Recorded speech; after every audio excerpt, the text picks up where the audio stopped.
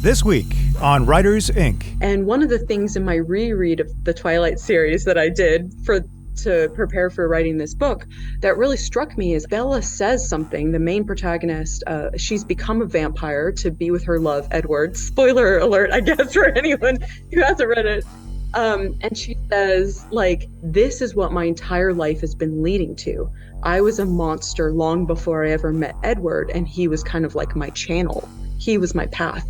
And I was staring at this sentence and I was like, whoa, am I reading Twilight? 'Cause this is profound.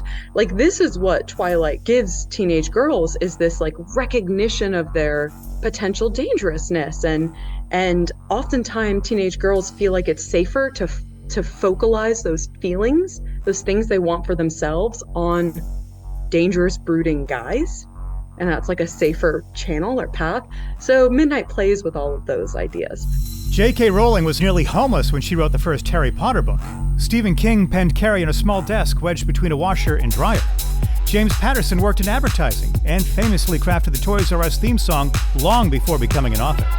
Join New York Times bestseller J.D. Barker and a panel of industry powerhouses as they pull back the curtain on some of the world's most prolific authors. Where did they start? What is their process? The biggest names in publishing all have origin stories. All have tips and secrets. What does it take to consistently top the bestseller lists and become a household name? Get your notepad out. School's in session. This is Writers, Inc. Hi, it's Christine Daigle. Patrick O'Donnell. J.P. Rindfleisch. Kevin Tumlinson. And I'm J.D. Barker. Welcome to Writers, Inc. Well, first off, thank you guys for handling the last couple of weeks. I appreciate it. Yeah, no problem.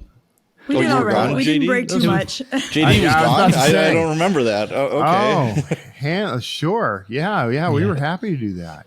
Yeah.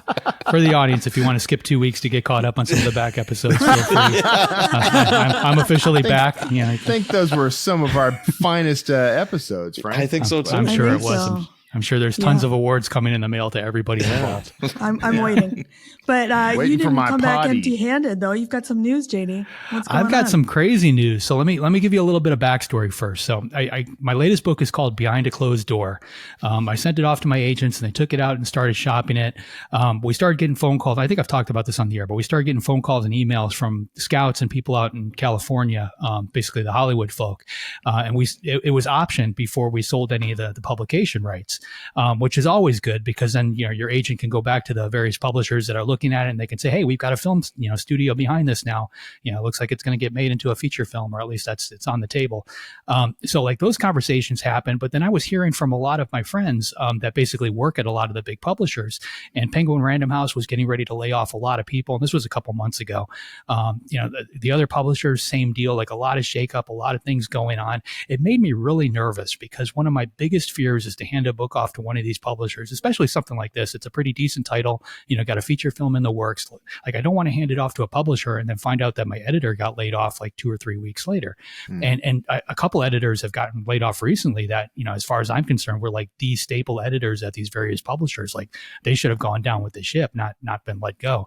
So like that kind of thing makes me really nervous. So I started having these back channel conversations with the various publishers. Trying to solve that problem and also another one. And I know I'm not alone in this, but a lot of indie authors, I think you get to a certain level where, you're making that 70 cents on the dollar. It's really good money. It's much better than what you get in a traditional contract. And you start to weigh that when they put those contracts in front of you. So it's nice, when they have a big advance, as part of that deal, you've got that nice payday up front. But if you're smart, you're looking at the backside of that deal too. Like, how is this going to play out over the next couple of years? What kind of percentage am I bringing in? And, when you start adding up those numbers, does it really make sense over the long haul? And I'm not, not a couple months out, but think like 6 months out or a year out or 2 years out. And in my case, it really doesn't. So, I'm having these conversations with my agent as he's shopping the book through all this turmoil. And, I'm like, in the back of my mind, I'm like, I kind of wish nobody actually even wanted this book. Like, it would be nicer to be able to just walk away. And like when offers started coming in, like, I started turning them down.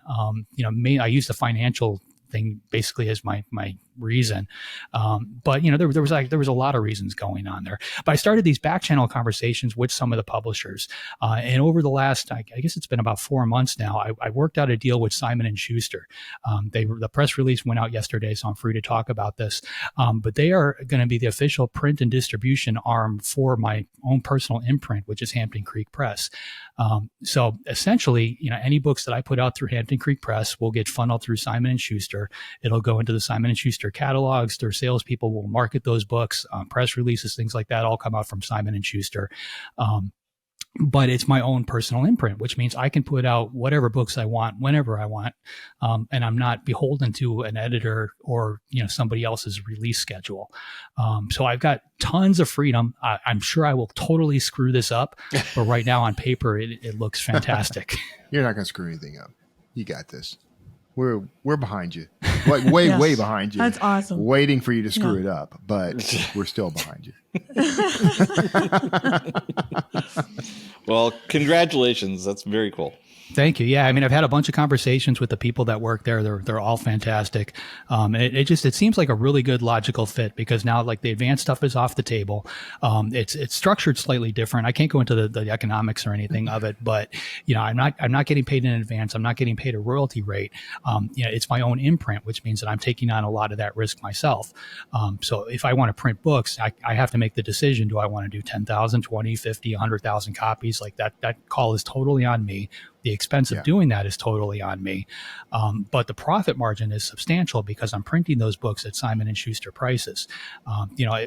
Prior to this, I was going through, I've got a number of different firms that I used, and I would print in bulk. I would print 5,000, 10,000, 20,000 copies of each of my books through the various companies that all indie authors seem to tap for this sort of thing.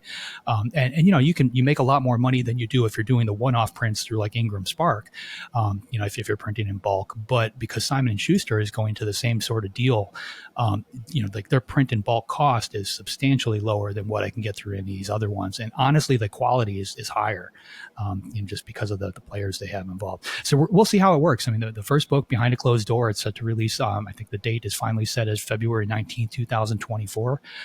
So that I'm their guinea pig. And I really think that if this works out well for me, I think you're going to see other authors striking similar deals. Because I was also able to retain my ebook rights and my audio rights for myself. They're basically handling strictly print.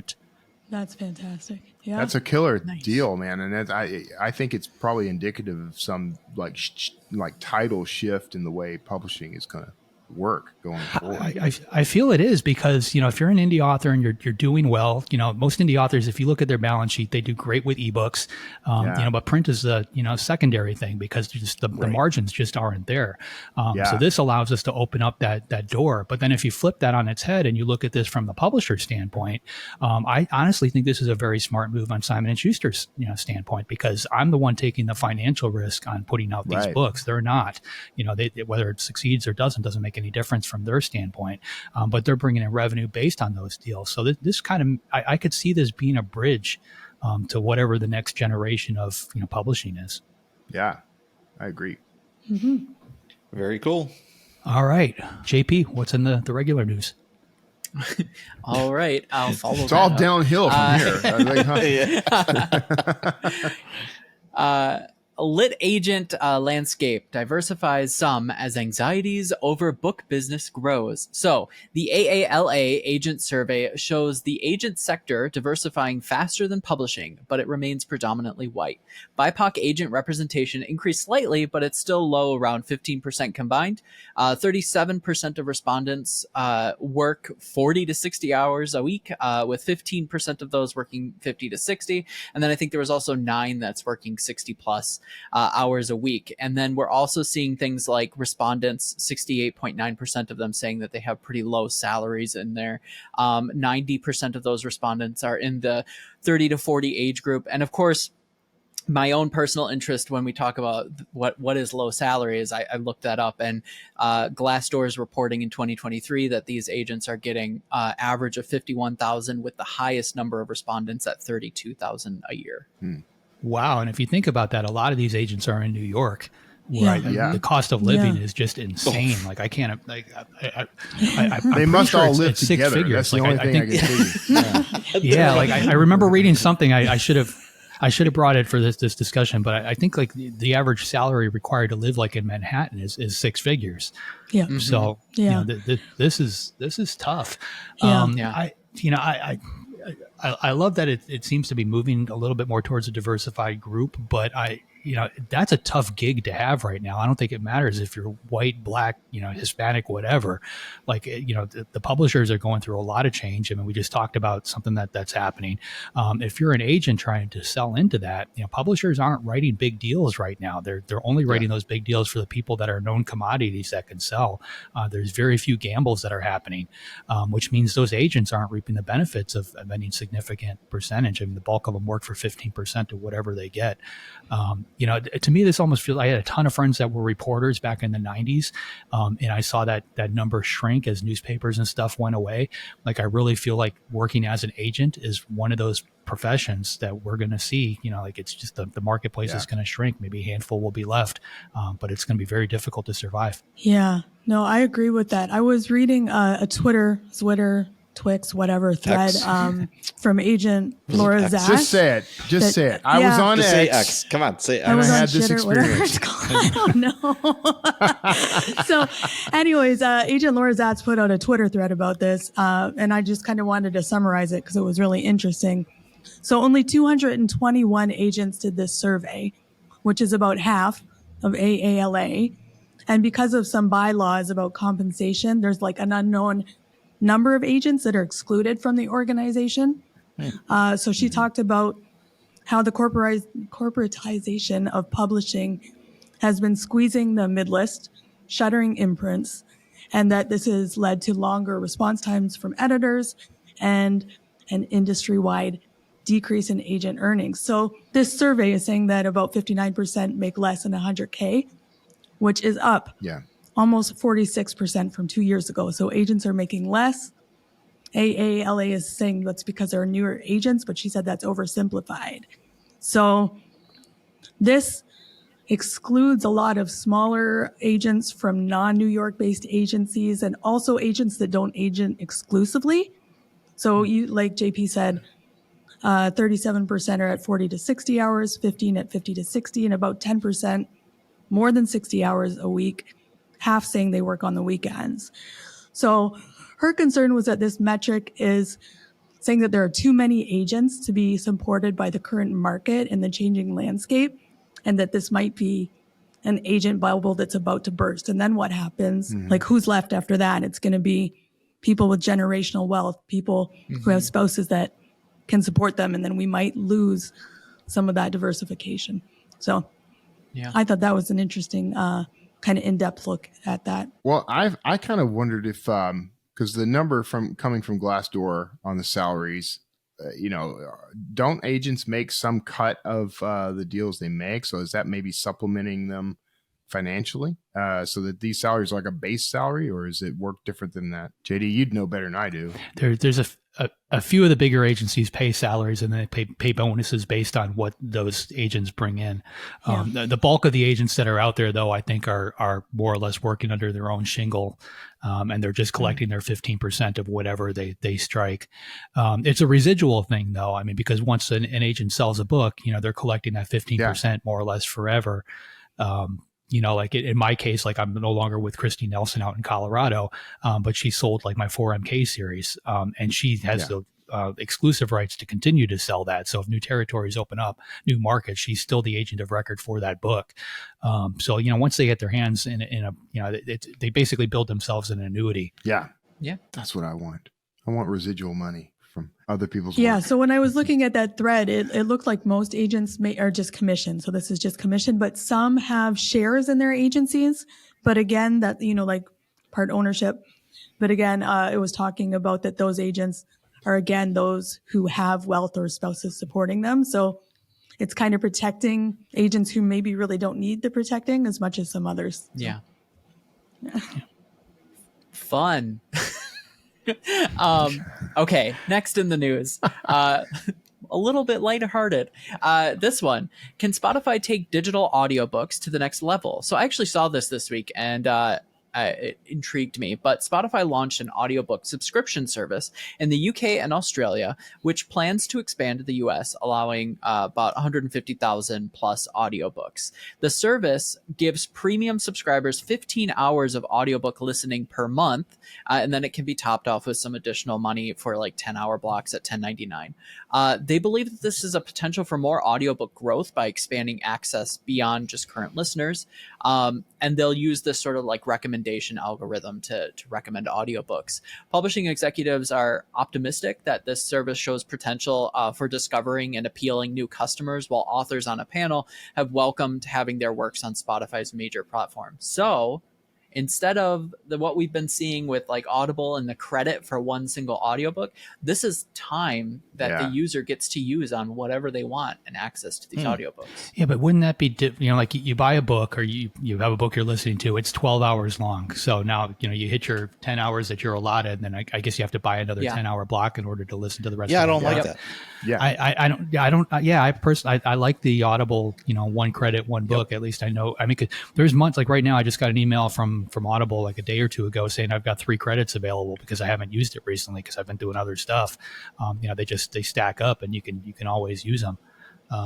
This kind of reminds me of like the old school cell phone plans where you get your cell phone with 200 minutes attached to it, and you have to buy more minutes if you want to keep talking. I think though they're testing this. Yeah, they're testing this. And also I think on the flip side, when you think about like Audible and credits, what about short fiction?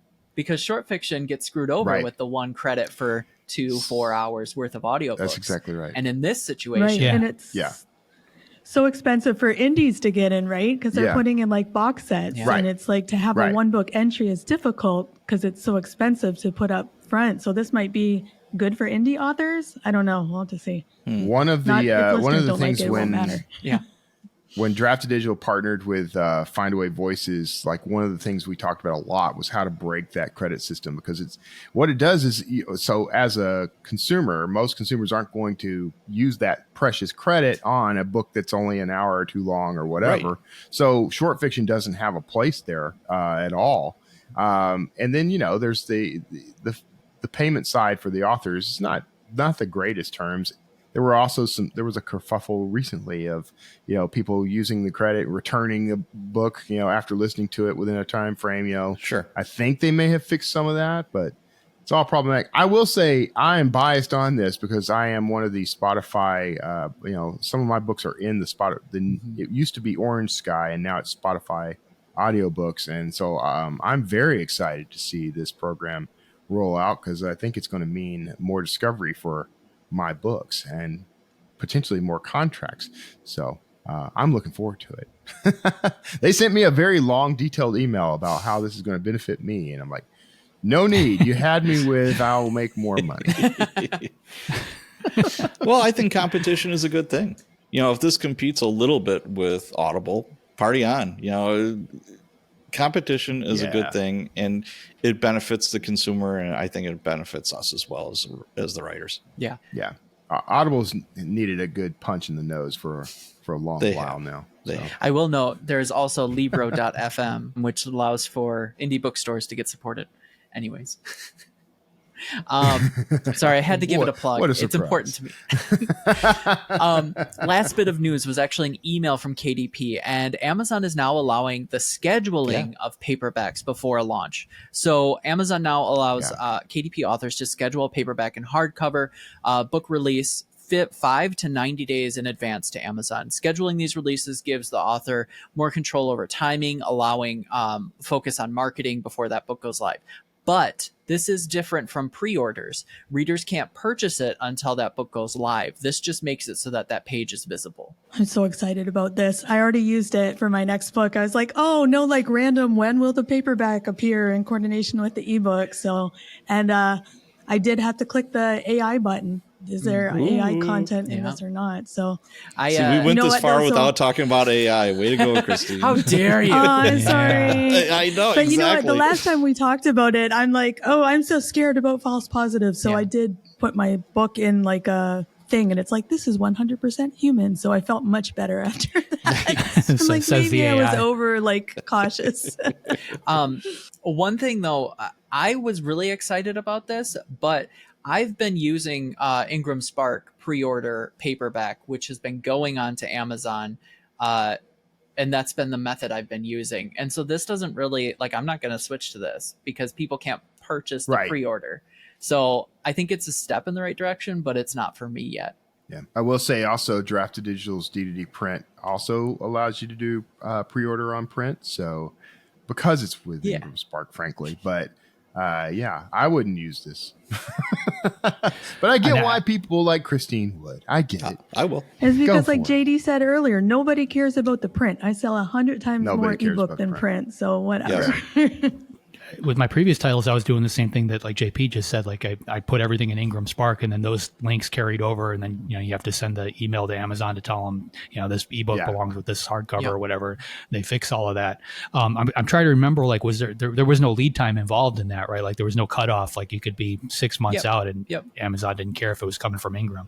But I do use the Amazon. Like I always plug the books in there, and I use it to create my ARC copies because they tend to be the cheapest and fastest. Yes. When you've got to ship those guys out. So like every one of my books, I've got, like it says continue setup next to the, the paperback because I never actually finish it. I just use it to create those. But you want a pro tip? Cool. Smart. I'll give everybody a pro tip. If you get the Amazon Prime card, you get like Amazon Prime points with all your purchases. One thing that I will do a lot is when I know I'm going to have an event or something, I will use my points from that card to buy a bunch of copies from myself on Amazon of print copies. And then not only do I get them for free or at a steep discount, I also get credit for the sale. So there you go.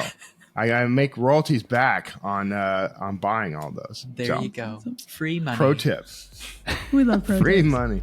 I love money. There we go. This episode is brought to you by AutoCrit. One of the most value-packed memberships for any author, AutoCrit brings you an amazing suite of tools that make it a breeze to plan, write, and edit your books all in one place.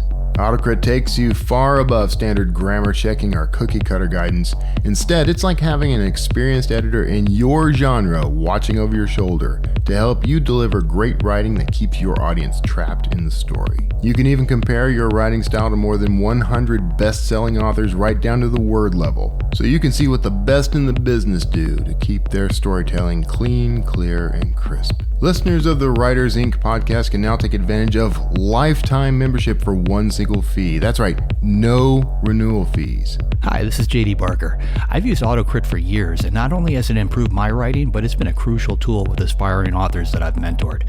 Whether you're a seasoned pro or just beginning, it'll help you find your weak spots and weed them out. Give it a shot with your latest project. Trust me, your editor will thank you. Head to autocrit.com/JD to get your lifetime membership. Big thanks to AutoCrit for sponsoring the show. All right. And on that, JD, who's up this week? This week, we've got Ashley Winstead. Ashley's an academic turned novelist with a Ph.D. in contemporary American literature. Her latest novel is called Midnight is the Darkest Hour and released last week. Here she is, Ashley Winstead. So you have a new book out, Midnight is the Darkest Hour, and it's a gothic Southern fairy tale gone wrong about a serial killer haunting the swamps of Louisiana. Do you want to talk a bit more about? You just summarized it better than I've been able to in the year and a half since I started writing it. I'm have that terrible affliction of just writing 100,000 word book is more manageable for me than write an elevator pitch. So yeah, that's exactly what I hope that it is. Yeah, I love it. This is my favorite book that I've written so far in my career. It's my 5th book. Comes out October 3rd. Can you tell I publish 2 books a year and I can't keep my dates straight?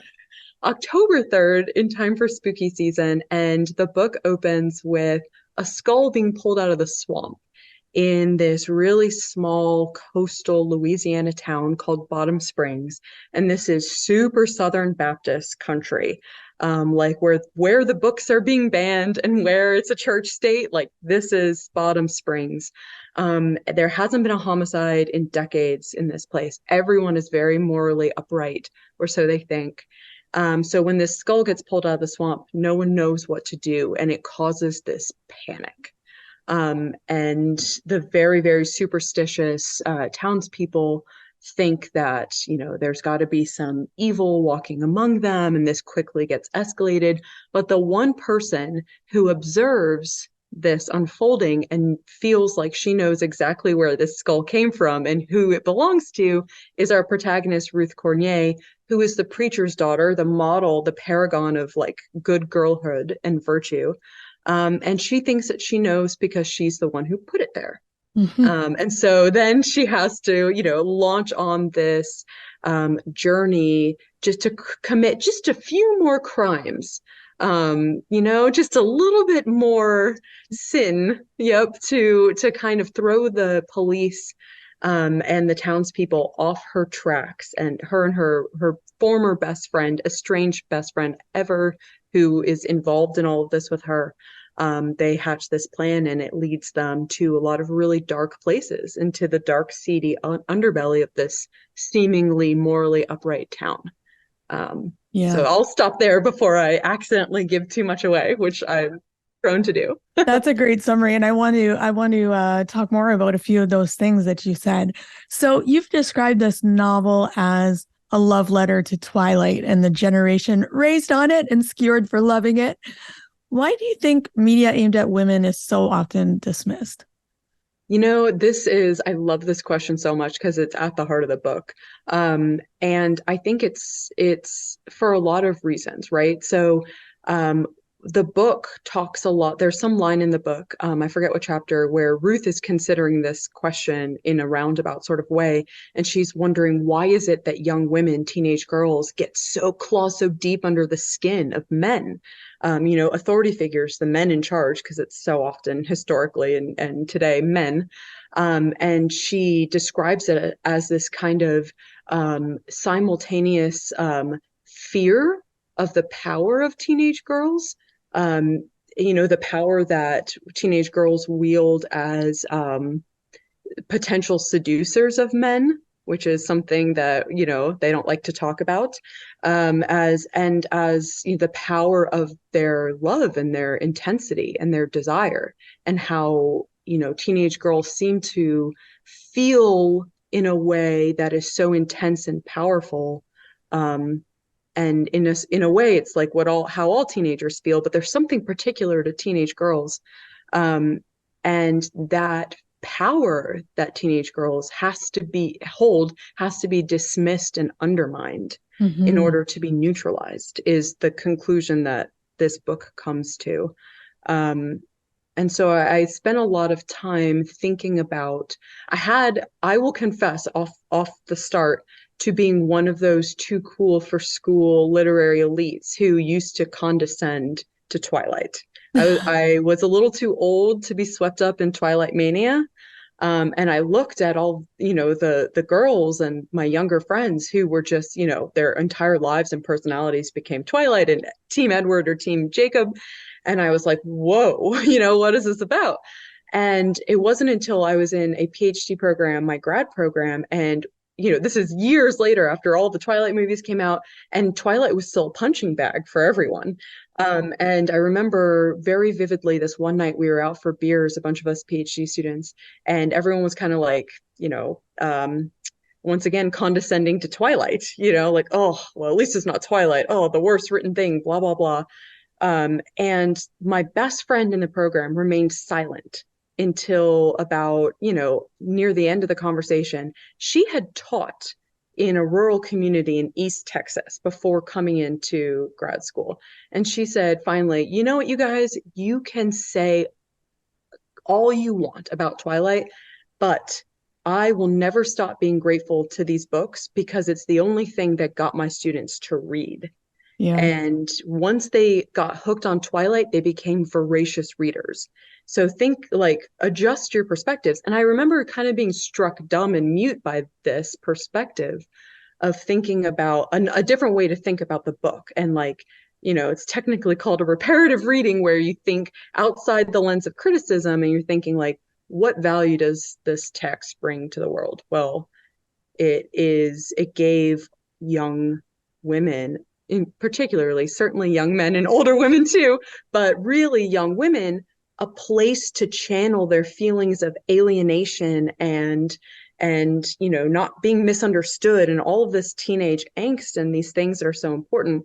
And the book, I'll say this before I stop rambling at you, but the book Midnight really takes seriously the idea of teenage girl like power and monstrosity and that capacity. And one of the things in my reread of the Twilight series that I did to prepare for writing this book that really struck me is, I think it's in book 3, I believe, where Bella says something, the main protagonist, she's become a vampire to be with her love, Edward. Spoiler alert, I guess, for anyone who hasn't read it. Too late. And she says, like, this is what my entire life has been leading to. I was a monster long before I ever met Edward, and he was kind of like my channel. He was my path. And I was staring at this sentence and I was like, whoa, am I reading Twilight? 'Cause this is profound. Like, this is what Twilight gives. And I think gives teenage girls is this like recognition of their potential dangerousness. And oftentimes teenage girls feel like it's safer to focalize those feelings, those things they want for themselves, on dangerous, brooding guys. And that's like a safer channel or path. So Midnight plays with all of those ideas. Sorry for the 300-word answer or page answer. I appreciate that. And I appreciate you saying that, because I don't know how many other people have had that sort of experience, but I certainly have. You get taught in school, this is good literature and this is what makes good literature. And it's not always that it has a good or enjoyable story. You know what I'm yeah. So I appreciate you saying that. And often romance also gets dismissed, and yes, the same, different, but the power of love or being stronger together, and that's seen as weakness. So I really don't like it when that gets dismissed. So I really appreciate you saying that. No, I love that. And what a great, only the tenets of collective action, which is our political hope for the future, love and the power of like loving one another and being together. Just saying. Right. Yeah, exactly. So this book, you said, is about power and control, as well as the sinister ties between religion and the patriarchy. Yeah. Do you write your books with the intention of helping women get escapism from or insight about systems that really haven't served them very well? I do. I will confess to being like one of those nerds who, at the outset of every book, I have to have some reason that I'm writing it beyond entertainment. And I totally get that the book's job, first and foremost, is to entertain readers. Like, and if those pages aren't turning, that's a problem. So that's the first goal, number one, of course. But I never feel like really psyched to write a book until I know, like, oh, this is going to explore, the ties between religion and patriarchy, or, being a bad feminist in The Last Housewife, or, whatever, toxic perfectionism in my dreams. So until I have that, I feel like I waffle in my like ideation phase until I've like zeroed in on that. So yeah, it was when I really hit on that, and also was like, oh, I can use all my examples from my own upbringing in the Southern Baptist Church, and really kind of like play with that. So bonus. Nice. So with that, can you talk a little bit about Ruth's character arc, how she goes from following the rules to committing crimes? What's your process for developing character arcs in your story? Yeah, I love that question. So Ruth Cornier is, like I said, the preacher's daughter. So she is the only child of basically the preacher of Holy Fire Baptist Church, which is the church in Bottom Springs. And her father might as well be mayor, because that's how much control he wields. And her parents are very, very cold parents who have extremely high expectations of Ruth. She never feels like this warmth from them. She longs for it because she is a very kind of tender-hearted child, a really shy child. I probably put more of myself and who I am truly into her character. So she's a book nerd, and she never really identifies with the church or the kind of biblical teachings that she knows she's supposed to. She finds solace instead in books, and particularly in all the books that are illicit or banned, but that she manages to find anyway at her local libraries, like Cast Off. And so that was fun to kind of, because clearly other people are reading these too if they're making their way into Ruth's hands. So books become her bridge to the outside world, the world outside of Bottom Springs. Her father has kind of banned all secular media. And really, this is, I talked to one of my old church friends randomly yesterday. And we talked about how that was encouraged in our church growing up as teenagers and just the strictness of that. So, and really, this is real life. Even though my agent read this book and was like, this seems like it's on a completely different planet. And I'm like, oh, you darling New Yorker, you don't even know. So books are Ruth's upbringing, essentially. Like, they teach her everything else, but because she fixates on Twilight, which is, written for girls her age. When she picks it up, she's 14.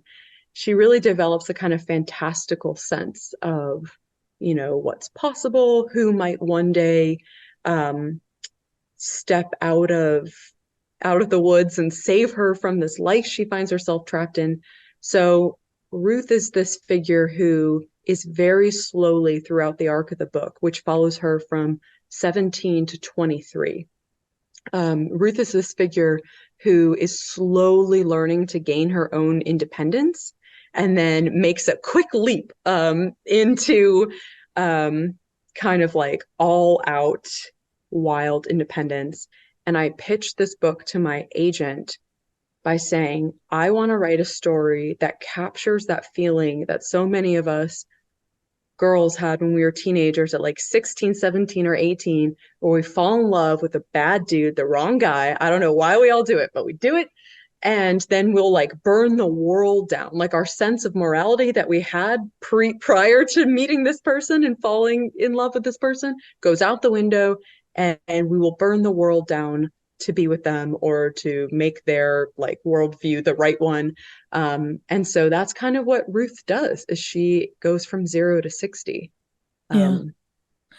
Yeah. So tell me, I'm curious, does that tie in with your dedication for, what is it, for Russell, who said I did not have to be good? Yeah. How does that tie in? Oh, I love that so much. So I shared on Instagram, I think a week or so ago, that Russell in the dedication, which says to Russell, who said I did not have to be good, is my uncle and godfather, Russell Graves. And he's always played this really important role in my life in showing me that there's another path and there's a bigger world outside the world that I was raised in. And so that line, you do not have to be good, comes from a poem that he read to me, Wild Geese by Mary Oliver, which I didn't realize at the time is like the most quoted poem of all time. Now I know.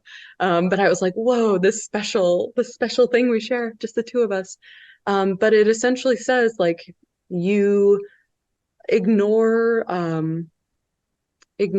the kind of like human constructed world of what's considered right and wrong, because I'm paraphrasing totally, but like at your core as a human, you're an animal, and you aren't, like, all of this is construction, morality and justice and law and religion. Like, you are full of animal instincts, and all you're responsible for doing is, letting the soft animal of your body love what you love. And I think that this had particular resonance for my uncle because he was a queer man growing up in the 80s, and was really drawn to Mary Oliver, who herself was a queer poet, and the idea of there being space outside of what was commonly held as right and wrong, I think was really important for him. And he gave me that as a gift, that perspective. And he was always there, has always been there throughout my life to do that. And so I think especially when my parents got really deep into the Southern Baptist Church, which lots of stories there, but I had that perspective. And so I always, that saved me in a way. From becoming as committed as some of my younger siblings did. So yeah, he's always been kind of my path to say like, there are other ways. And he was also the first person who told me that I was an artist and to forgive things about my personality and anxious brain, because it was just part and parcel of being an artist. And yeah, he's played a big role in my life. I love that. And with that, I'm curious, what do you love most about writing characters who liberate themselves? Oh, God, that's such a good question. Because I'm like teaching myself to do that too through these books. Like sometimes I worry that it's all catharsis for me, this whole writing thing. And that, that's what it is first and foremost. And then secondarily, it's like a commercial product for other people to read and enjoy. But yeah, it's because I am writing to myself in a lot of ways, and kind of trying to convince myself of things like, you don't have to be good in the way that other people tell you should be good, or, apply that to my other books and the things that I focused on. And I'm hoping that when readers are reading my books and having a great time and hopefully turning pages fast and like sucked into the mystery, that they're also feeling this process of catharsis. And maybe my highest goal, if I'm lucky, maybe some things open up in readers' minds to the way that Mary Oliver poem did for me. Kind of like that would be the ultimate impact I could hope for my books. Yeah. And Ruth and Everett are definitely moral outcasts. Oh, yes. Outcasts in every way. Yeah. And yep. Readers, are just drawn to these types of characters. We've seen it in Twilight. How do you think writers can craft outcasts that don't follow the rules for reasons that are right and get readers to identify with them? Yeah. God, your questions. So I've been thinking a lot about the anti-hero and the rise of the anti-hero, and, coming from prestige TV and The Sopranos. And, I know it predates that in literature. And of course, most of the time, anti-heroes are men.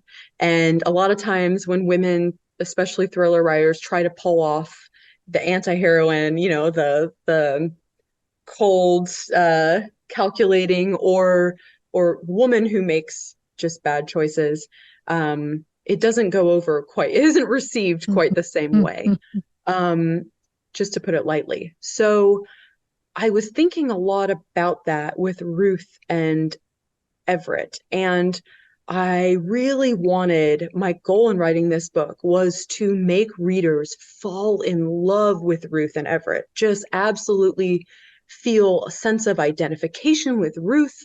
That's part of why she's a shy bookworm. She's like my readers and me on the page. Someone who cares a lot about doing the right thing, ironically. And Everett himself is doing a lot of wrong things for what I think my readers would argue are the right reasons.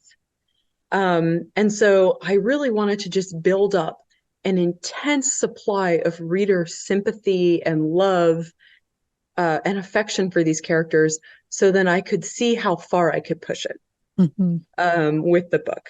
And so I could see just how dark and unsettling a place I could take Ruth and Everett before my readers would say, actually, you know what?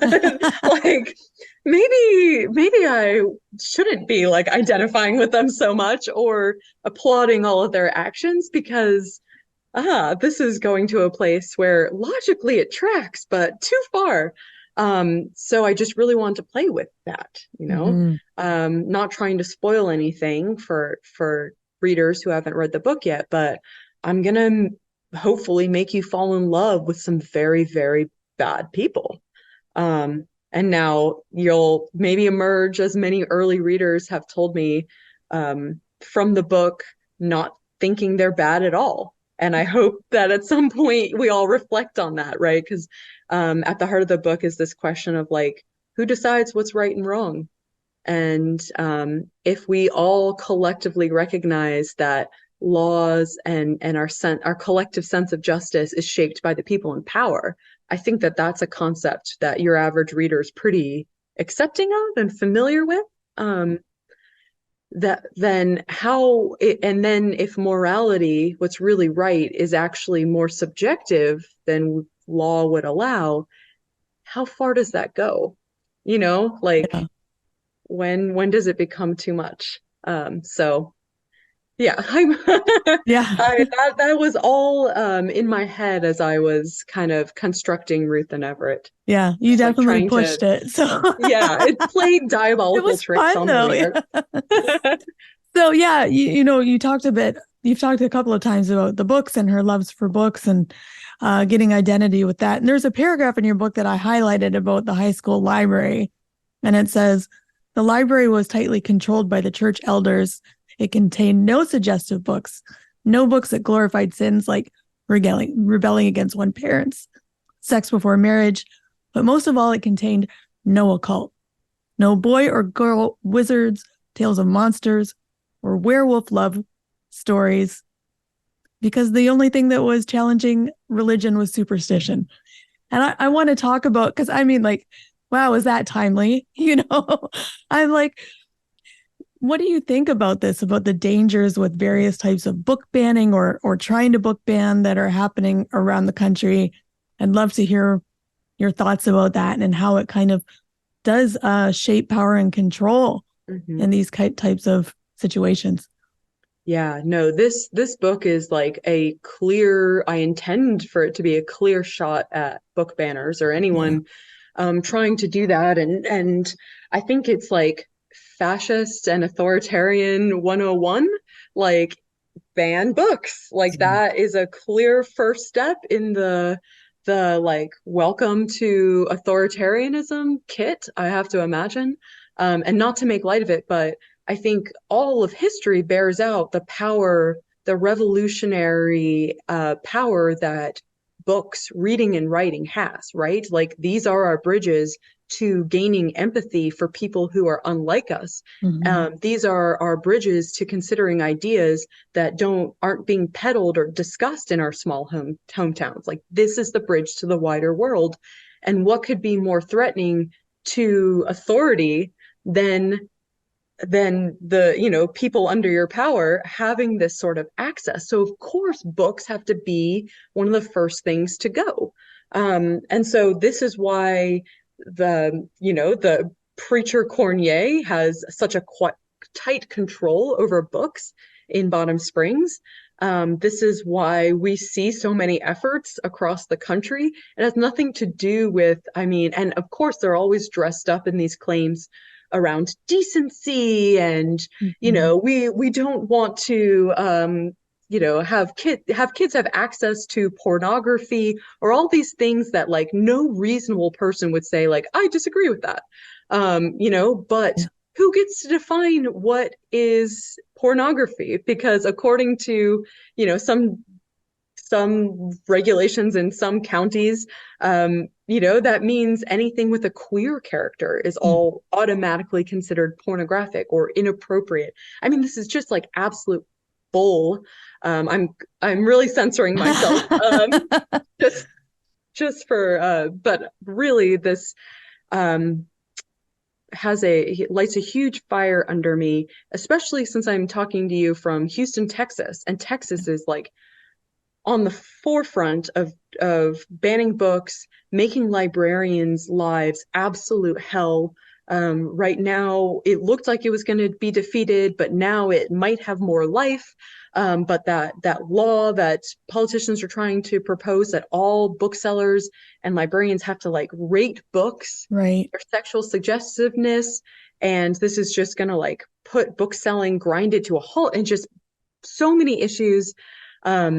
But yeah, it is the first move of an authoritarian regime is to burn the books, ban the books. I mean, like, haven't we moved past this. Didn't everyone read Fahrenheit 451 Hello. in ninth grade? Exactly. Like, come on. So yeah, this unfortunately, Bottom Springs, while it purposefully has this very like fairy tale-esque feel, is very disturbingly more and more like contemporary America. Yeah. And I really need to stop writing thrillers, full stop, I think, because every time I write one, the world seems to like mold itself to the fears that I put on the page. Like Last Housewife, I wrote it and then Roe v. Wade was overturned and I was like, oh my God. gosh. We're living in a world that, you know, this book feared, and now here we are with book banning. So yep. Yeah. Only uplifting books from now on. Exactly. Exactly.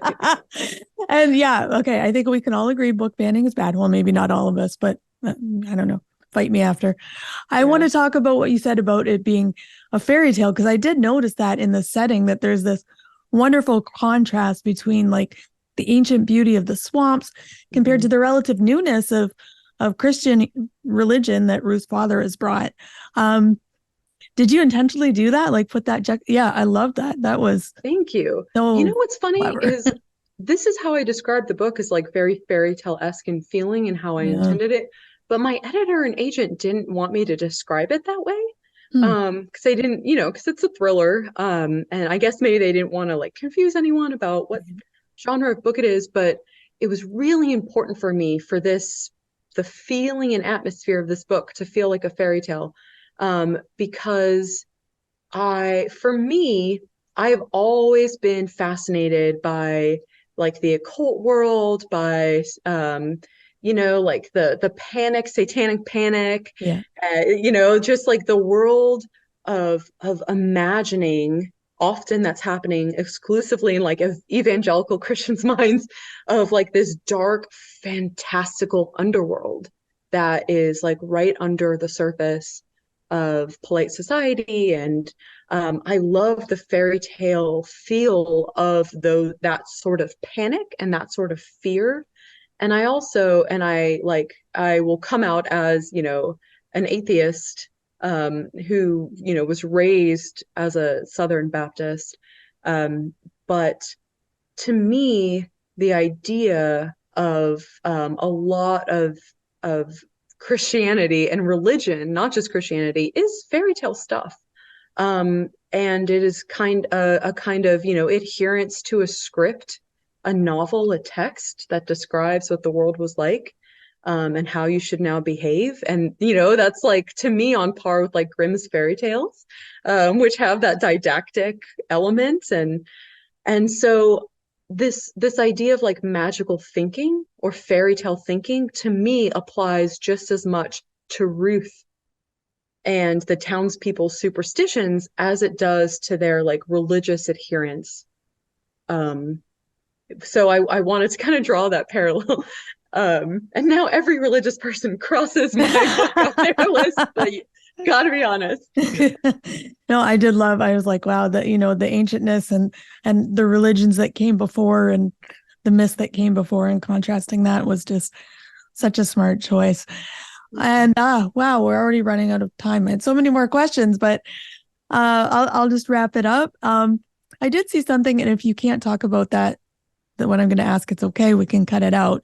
But I saw something in your acknowledgments mentioning someone who's associated with some movies like Black Panther and Logan. Is that something you can talk about, or is that still under wraps? I hope that I can talk about it very soon. Okay. We fingers crossed that some announcements can happen soon. But yeah, very exciting things happening. Well, that's fantastic. On that front. So yeah. we'll just have to wait and look forward to news of that. Okay. And as we come to a close, I just have one final question. What advice would you give to newer writers to help them write boldly? Ooh, such a good question. So I was describing how I was a literary snob growing up and in my PhD program, and I think that set me back so many years because I was committed to the idea that books had to look and sound a certain way to be considered good books or literature. And I didn't feel like my natural voice matched what was good, high lit, because I imagine that voice is very masculine and kind of omniscient. And I just couldn't fit myself into that or my interests. And it wasn't until I wrote a few books, got that out of my system, and finally just wrote a book for myself about things I cared about and my issues. And it had like sorority girls in it and was about female friendship and obsession, that other people wanted to read what I had written. And so that to me was a huge learning experience. And so if I could go back and say to myself, and I'll give this to writers who hopefully skip all this like hand wringing I did, but embrace your unique voice. Don't think to yourself that because you don't write, you know, XYZ, or even putting the canon out of the picture, even like who's popular right now in the genres that you don't, if you don't match those people, don't worry. Write what feels like is truly you on the page and trust that the audience will come. And that's a hard thing to do because you're like betting on yourself. But it's essential. This episode is sponsored by the book marketing experts at Written Word Media. They know that marketing your book can be a challenge, and that's why they make marketing simple by providing quick, easy, and effective ways to promote your books. When you schedule a promotion with Written Word Media, your book is emailed to tens of thousands of readers who love your genre. It's exposure that's hard to find any other way. You can even choose a ready-made promo stack that includes multiple promos over a short period of time to help boost your title's rank on retailers like Amazon. The best part? Scheduling your promo only takes 5 minutes and comes with world-class customer service. Over 30,000 authors trust Written Word Media with their book marketing. See why at writtenwordmedia.com today. So, all right, first of all, hold on. Show of hands. Who was Team Edward and who was Team? I don't know. Whatever the guy's It name kind was. of I don't even remember the other guy. changed for me. Oh, Yeah. Jacob? Yeah, Jacob. I remember. Kind of like werewolves. Yeah. McDonald's had like the cups and like that was a whole thing. It was a whole thing. back then. Yeah. Yeah. Yes. It was a fun read. I remember like the bookstores were opening at midnight and everyone had their t-shirts. It was insane. Yep. Anyway, okay. What am I talking about? Who am I? So I loved that Ashley didn't really realize she was an artist until she had someone close to her tell her. So I'm just curious if there's been anyone in your life that ever made you realize you were an artist or encouraged you to keep writing. For me, it's always been the opposite. Like anytime I mentioned anything related to the arts to my parents, they're like, "Yeah, but you know, corporate world, that's where you want to really be." Yeah, it's nice. Nice hobby. Considered the world of the prolific world of lawn mowing. Is that what you got? Mine was like, "Well, you could do clerical." Sorry, Mom. Thanks, though. Yeah, I got told by a college counselor because I had said I wanted to be an English teacher. I was going to major in English and be an English teacher, and he says, "Well, you know, there's a lot of job opportunities in air conditioning repair on school campuses." So That was HVAC, nice. the exciting world That was of nice HVAC for Kevin Tumlinson. HVAC. My Yes. grandmother was a huge influence on me in both going into writing and also, like, I was an artist. I did a lot of drawing and painting and things like that when I was younger, and she encouraged all of that. But she actually paid for me to attend the Writer's Digest School, which is now like Writer's Digest University or something. It's just a mail order course, but you know, she believed in me so much that she spent all that money and had me do those courses. So Is that the one where you had to draw the pirate? that's a know different. that was the Artist art to do. thing. Different Yeah, that's course. artist Artist to to do. do. But I did do that one, but yes, I remember that. this is one where you had. You're I will young. say this program was actually pretty cool. I don't know if they still do it the same way, but they paired me with a published author who was kind of in my general area. Her name was Ardith Mayer, and she was great, and she was a great influence on my early stuff. So I don't know if they still do it that way, but the whole mentor idea I liked. So a couple of the organizations do. I know the Horror Writers Association pairs people up with mentors.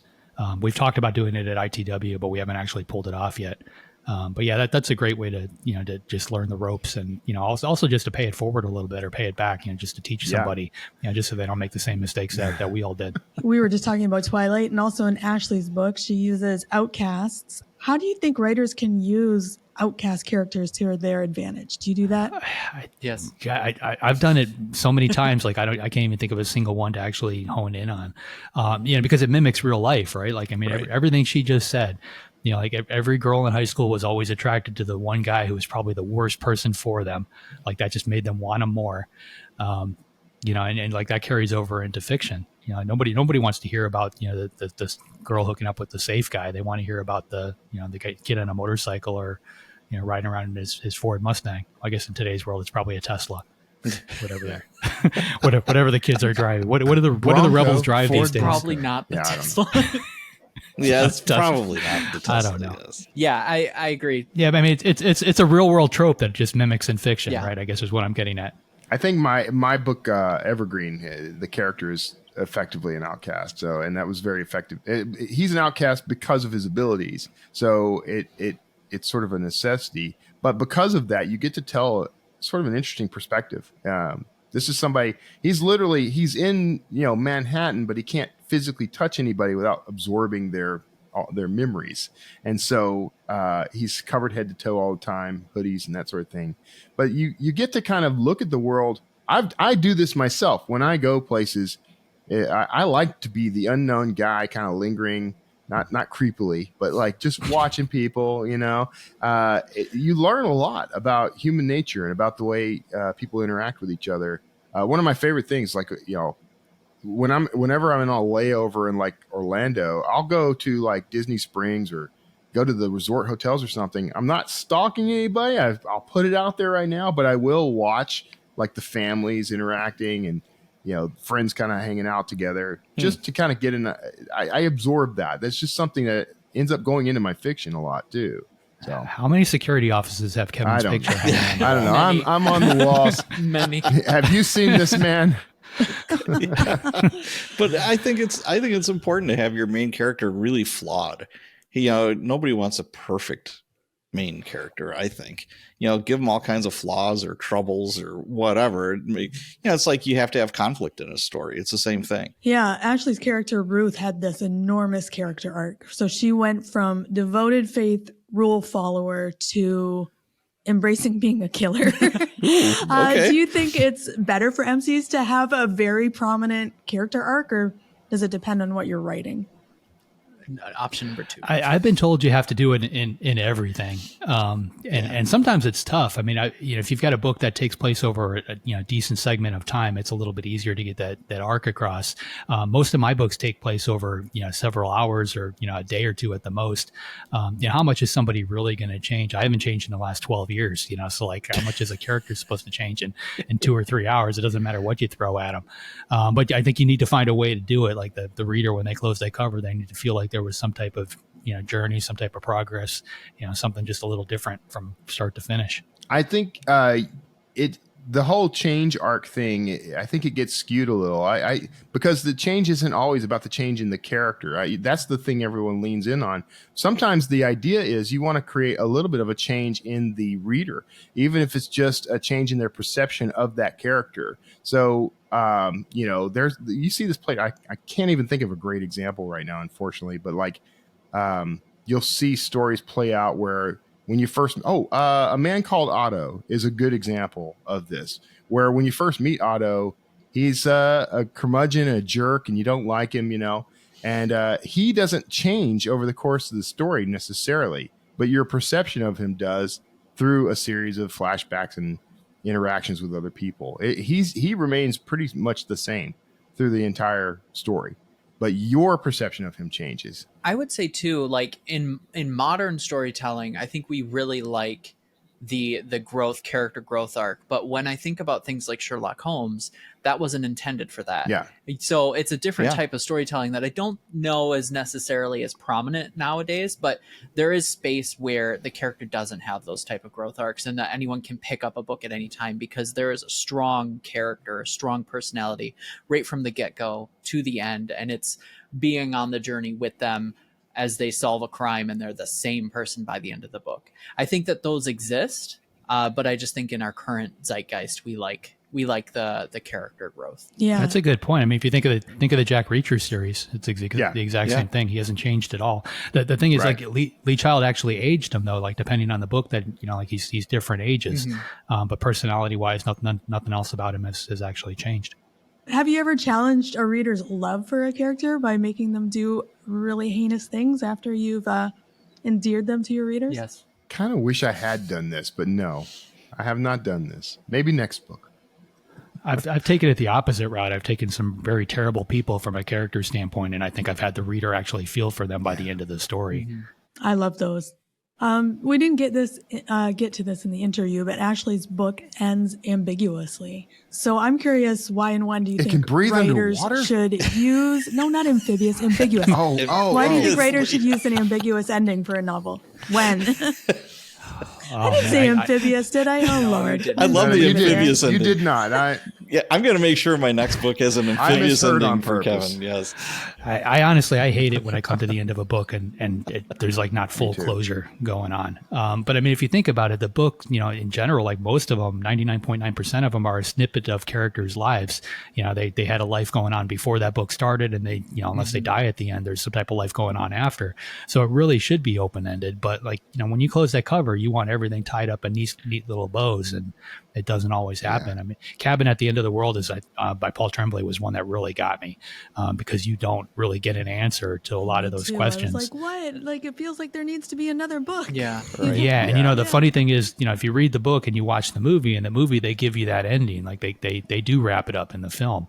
But in the book, everybody just kind of walks off into the sunset, and the reader is left to decide it for themselves, which is good too, because, I probably spent weeks, thinking about that book. Well, now I'm going to have to watch the film now, so I feel better because I think if you're going to write an ambiguous ending, you have to intentionally do it, knowing that you will get people that will hate what you have done, because it's such an more or less an avant-garde thing to do. It's something that you don't do normally. It's something that breaks the rules, and it's something that people will be frustrated about.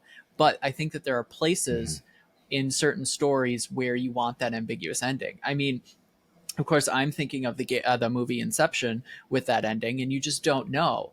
And that's a fun thing to talk about, because that was really relevant to the story. Is some things you just don't know. And so I think it really depends on the story, and it must be intentional. See, for me, for a series, I enjoy writing a book that I close most of the loops and then open up a new one at the very end, and just keep that going through a series. I think it keeps people engaged. I hope you're doing a sequel after that, because that's awful. Well, it's a series. Yes, I that's the way I write. Yeah, that's smart to do in a series. So, but don't do that to me in a standalone, because I will find you. Right. All right.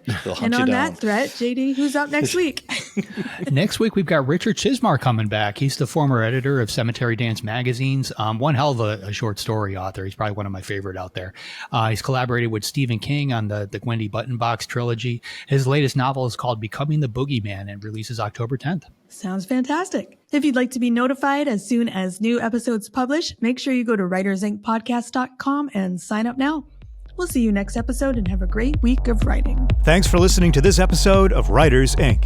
Access the show notes and leave a comment at writersincpodcast.com.